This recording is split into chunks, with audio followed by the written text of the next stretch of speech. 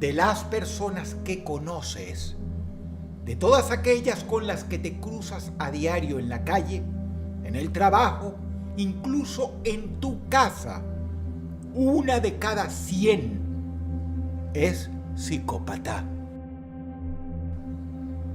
Esta es una realidad estadística respaldada por diversos estudios. No parece mucho, pero imagina que si vives en un país con una población de solo 10 millones de habitantes, esto significa que en ese país existen al menos 100.000 personas capaces de matar sin el menor remordimiento ni empatía. Lo que es peor, en muchos casos, los psicópatas no solo tienen la capacidad de matar sin remordimientos, como lo muestra la historia reciente, desarrollan la necesidad de hacerlo, tal como tú tienes la necesidad de afecto o de amistad. Si pensamos en estas cifras desde un punto de vista netamente comercial, estamos ante lo que se llama un público objetivo. Y las mismas estadísticas muestran que gran parte de los psicópatas son de alto poder adquisitivo. Si en la población en general el 1% de las personas son psicópatas, en los puestos ejecutivos esta cifra trepa ni más ni menos que al 10%. Y eso representa una demanda real. Demanda de algo tan aberrante como matar. Es cierto, la mayoría de los psicópatas suele cazar cerca de los lugares donde viven. Después están los otros, los que no desean pagar por las consecuencias de su insana necesidad y desde hace tiempo descubrieron la manera de hacerlo no solo sin consecuencias, sino que, en algunos casos, incluso de manera más o menos legal. Seguramente muchos de ustedes recordarán la película Hostel de Eli Roth. En la misma se lleva al cine un concepto totalmente nuevo, el del turismo negro. Lo que pocos saben, y no es broma, es que para hacerla, Roth se inspiró no solo en un hecho verídico, sino en una realidad que, para su sorpresa y horror, descubrió como frecuente en las redes: la posibilidad de pagar a cambio de viajar a algún oscuro país y, una vez allí, matar a alguien indefenso con la más absoluta impunidad. Cabin Fever, I was in a really great position where I could kind of pick and choose what I wanted, and I started getting offers to do a lot of kind of big studio movies, and none of the scripts excited me. And I just started looking at different things in the world that were disturbing me, and I'd seen this website where you could go to Thailand and pay $10,000 to walk into a room and shoot somebody in the head. And that idea disturbed me so much, I said, screw this, I'm just going to write, direct, produce, do my own movie, have complete creative control over it, and here we are. Eli Roth confesaría que tuvo miedo de investigar más, ya que cuando comenzó a hacerlo se dio cuenta que dicha página no era en absoluto una rareza, sino apenas una más entre varias que ofrecían desde diversos países un servicio semejante. Por ello, se enfocó en hacer la película Hostel, la cual revolucionaría el género del horror, sin saber la mayoría de su público que, una vez más, la realidad supera la ficción. Y es que el turismo negro que se ve en la película no solo sí existe, sino que con el paso de los años se ha vuelto más sofisticado y accesible. De esto se pudieron obtener detalles pormenorizados gracias a un libro que de manera inexplicable e increíble fue publicado, aunque brevemente, en Kindle, pero tras solo un par de días retirado. Fue sin duda uno de los deslices más increíbles de Amazon, pues este ebook era quizá no una apología, pero sí una descripción explícita de una actividad delictiva siniestra con todos sus detalles. Se trató de Me and My Victims, por su traducción, Yo y mis víctimas, de un autor que lo publicó bajo el sugerente nombre de Armand Black. Conseguir un ejemplar de este libro electrónico hoy día es una labor casi imposible, pero muchos fragmentos se filtraron a 4chan.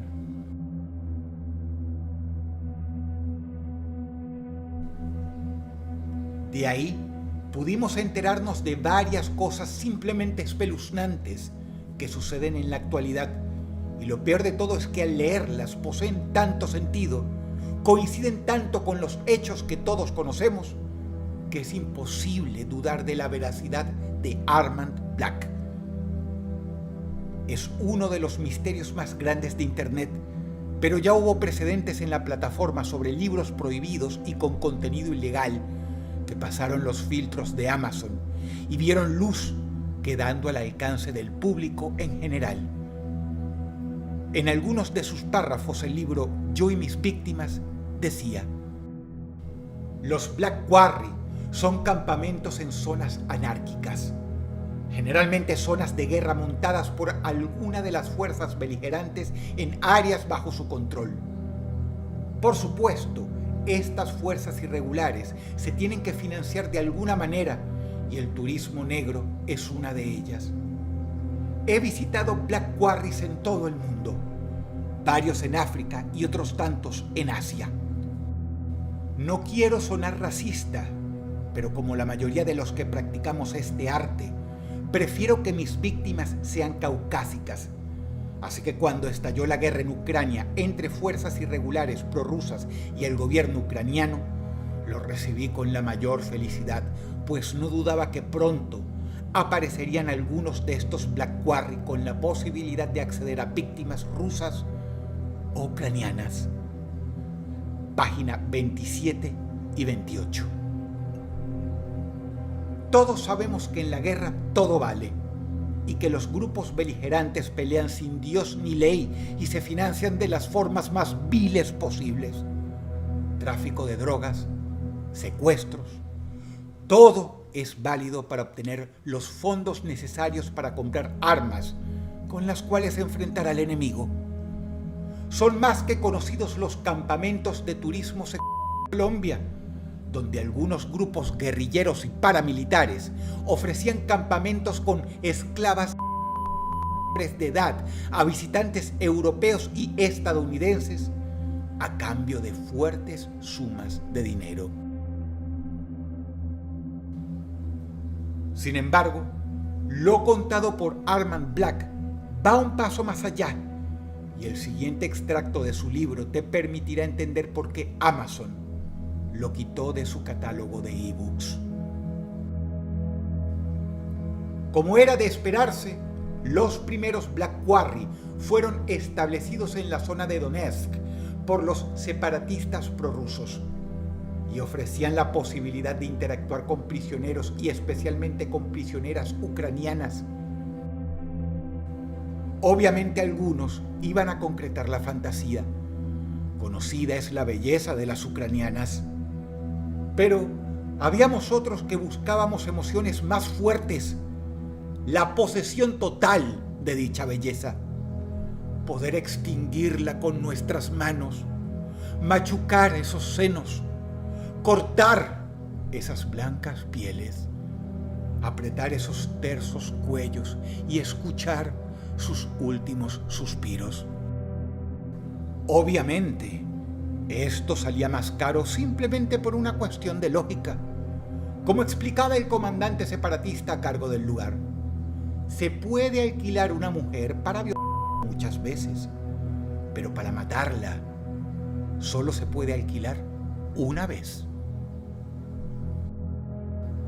Me lo dijo cuando lo miré sorprendido por el precio que me pidió por quedarme a solas con una chica ucraniana de 14 años, arrancada a la fuerza del hogar de su padre, un soldado ucraniano. Aunque para mí el dinero nunca fue un problema, mi cara de sorpresa era por la edad. No podía creer mi buena fortuna. No suelo entusiasmarme demasiado por las actividades sexuales, pero con esa chica hice una excepción tras haberla torturado varias horas. Así de hermosa era. Fue el dinero mejor gastado de toda mi vida.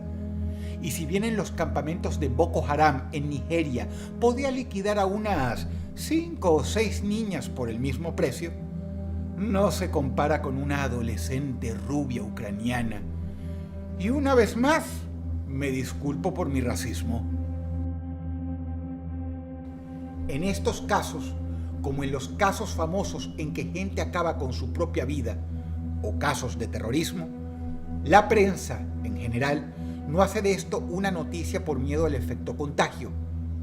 No dar mayor difusión y colaborar así con el negocio de estos criminales, auténticos traficantes de la muerte y el dolor. Por eso no sabemos si este individuo que se hizo llamar Armand Black en Kindle fue detenido. Según sus propias palabras en el libro, me atrevo a publicar esto porque no cometí ningún crimen en mi país y en las zonas donde di rienda suelta a mi sed de sangre no regía ley de gobierno alguno que no fuera la ley de las armas.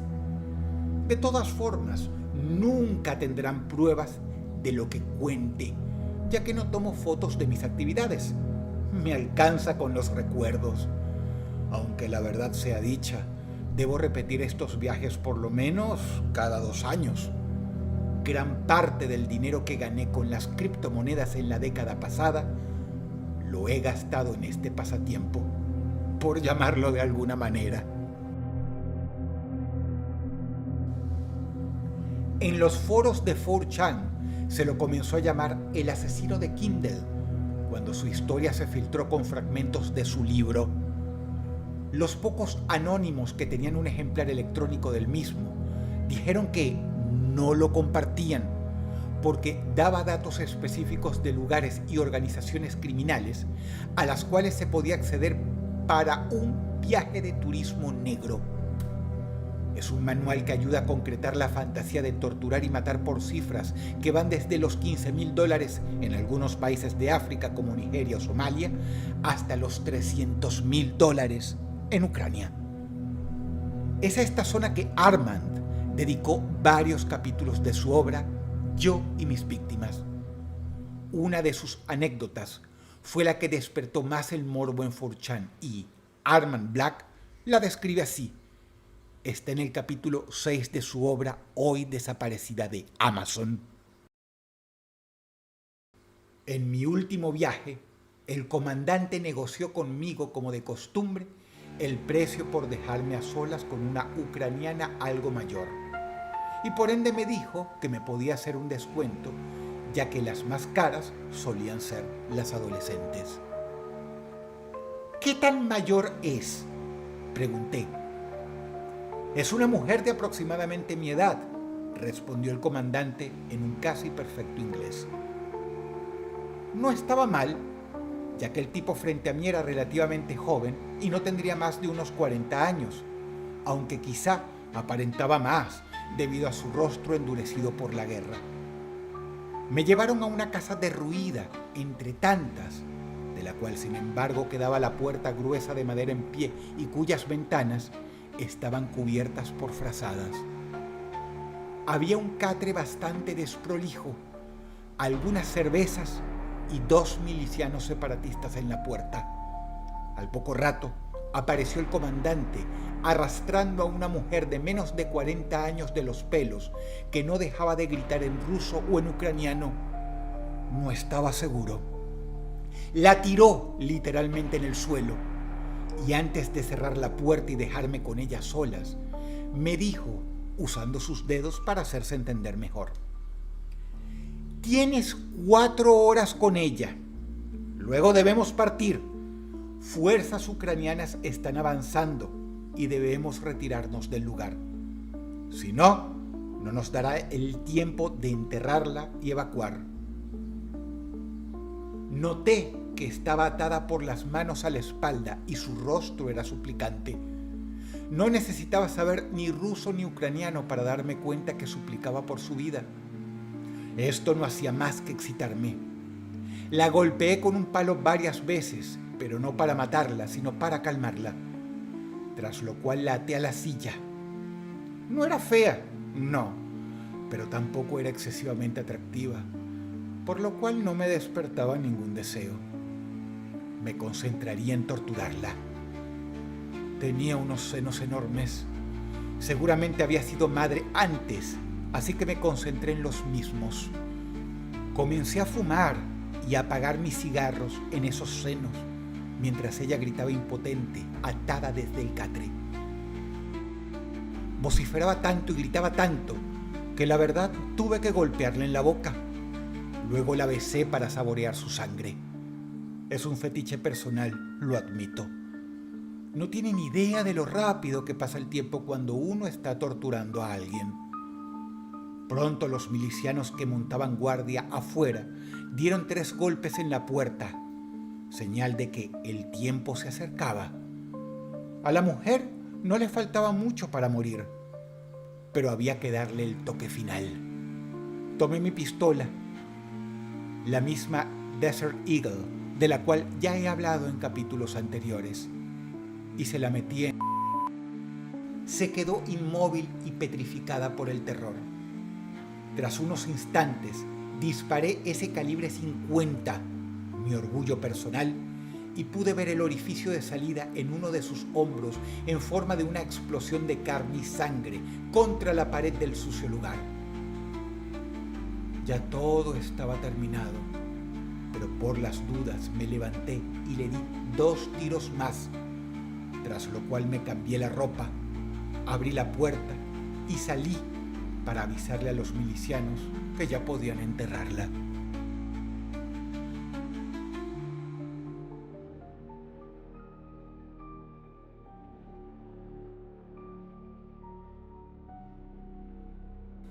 Estos llamaron al comandante, el cual vino en una camioneta 4x4 raudo y quiso entrar a verla, tras lo cual salió con una inmensa sonrisa que no podía explicar en ese momento.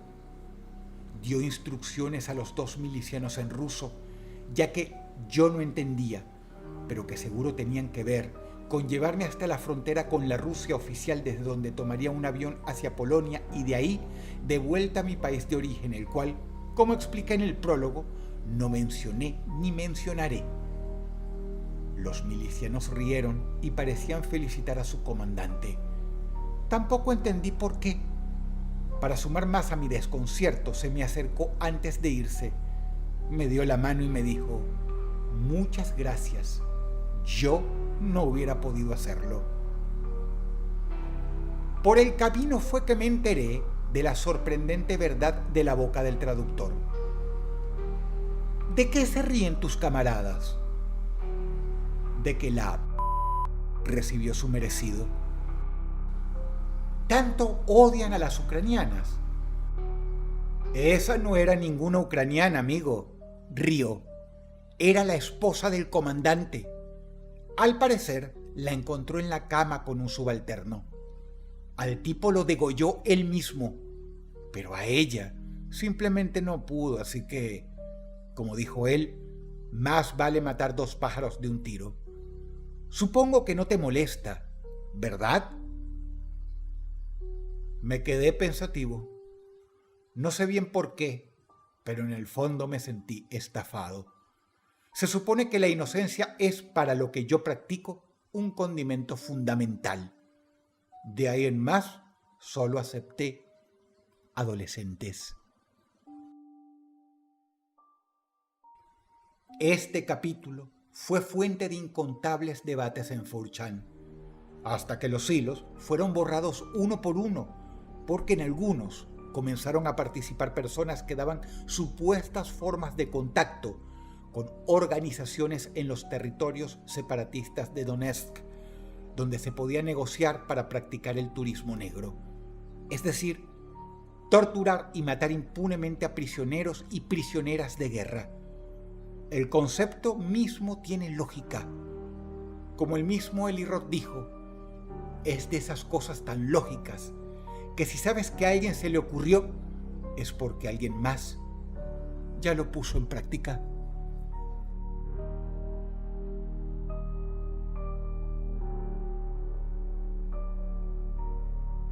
Si el video te gustó, por favor dale pulgar arriba y compártelo con un amigo. Muchas gracias. Quiero leer tus comentarios. Quiero que sepas que lo hago. La ambientación musical ha sido cortesía del talentosísimo Retro Lovecraft. Por favor, suscríbete a su canal. Te ha hablado Dross y te deseo buenas noches.